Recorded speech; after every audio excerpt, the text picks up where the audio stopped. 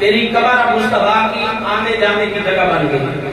تو نے آقا کو پہچان کیا, جب بھی آئیں گے نبی تیری قبر میں آئیں گے.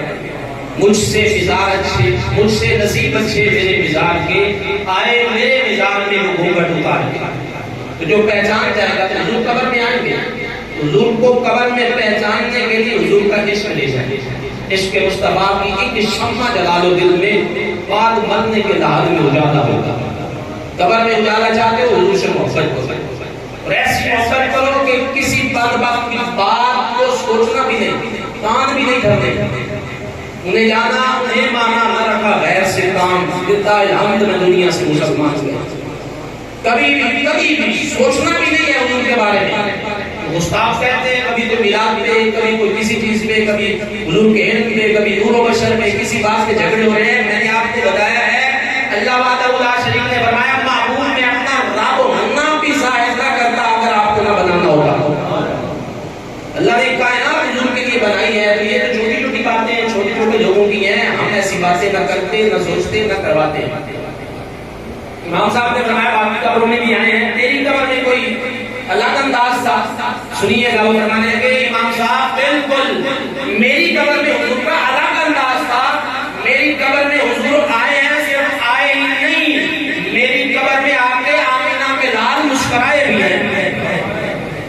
مسکرائے حضور مسکرائے. تو یہ مسکرانے کی وجہ سے نور زیادہ ہے. امام جلال الدین سیوطی رحمۃ اللہ تعالی علیہ نے پوچھا کہ آپ کی قبر میں آ کے حضور کیوں مسکرائے؟ تو خاص کام کر کے آئے ہو دنیا میں, تو خاص عمل کر کے آئے ہو, شب بیداری کرتے رہے ہو, باجماعت تکبیر اولیٰ کے ساتھ نماز پڑھتے رہے ہو, تبلیغ کرتے رہے ہو, خاص عمل ہے, روزے رکھتے رہے ہو. کیا عمل ہے؟ ایمان تازہ ہوگا. وہ کہتے ہیں کہ امام صاحب تو خاص عمل نہیں ہے, ایک عمل ایسا ہے جس کی وجہ سے میرے نبی میری قبر میں آ کے مسکرائے ہیں. میں کاروباری بندہ, دکاندار تھا, دکان چلانے والا تھا. اپنے کاروبار میں سے ہر روز ایک حصہ نبی کے میلاد کے لیے الگ کیا کرتا تھا. سال گزرنے کے بعد اس ایک حصے کا میں اپنے نبی کا میلاد منایا کرتا تھا. یہ اس میلاد کی برکت تھی کہ آمینہ کے لال میری قبر میں آئے بھی ہیں اور آ کے مسکرائے بھی ہیں. نبی کا میلاد کوئی چھوٹی سی بات نہیں ہے. تم اس معبود کا ذکر کر رہے ہو جو سنا رب کا معبود ہے, اللہ کے معبود کا ذکر کر رہے ہو, اللہ کے معبود کا ذکر کر رہے ہو. عام بات نہیں آپ کر رہے. میں اور آپ اس وقت سعادت مندی کے معراج پہ, خوش بختی کے معراج پہ, کہ ہم حضور کے میلاد کی محفل میں, حضور کے ذکر کی محفل میں رہتے ہیں.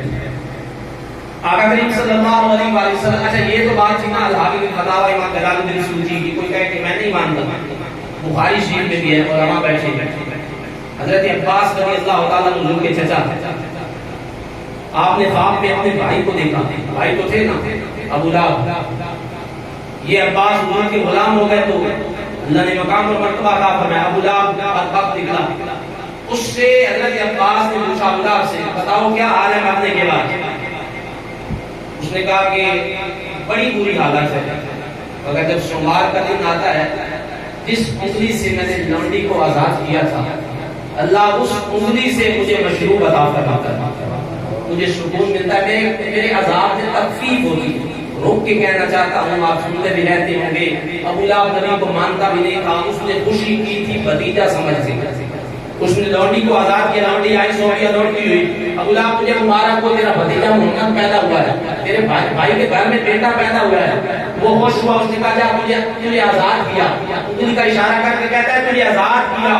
جس انگلی کے اشارے سے اس نے آزاد کیا تھا, خوشی کر کے, نبی سمجھ کے نہیں, بھتیجا سمجھ کے, بھتیجا سمجھ کے خوشی کی. قبر کے اندر اس کافر کو بھی اللہ قبر میں سوموار والے دن تخفیف دیتا ہے, عذاب میں تخفیف ہوتی ہے. ہم نبی کے غلام ہیں, نبی کے ماننے والے ہیں. وہ مانتا نہیں تھا, ہم مانتے ہیں. اس نے خوشی کی, سوموار والے دن لونڈی آزاد کی. ہم نبی کا میلاد پورا مہینہ مناتے ہیں, پورا سال مناتے ہیں, پوری زندگی مناتے ہیں. آپ خود اندازہ لگائیں, آپ قبر میں جائیں گے تو آپ پہ اللہ کی کتنی رحمتیں ہوگی, آپ پہ اللہ کتنا راضی ہوگا. حضور کے میلاد کی محفل کوئی چھوٹی سی محفل نہیں ہے. جس طرح حضور سارے نبیوں کے امام ہیں، حضور کا ذکر بھی تمام ذکروں کا امام ہے۔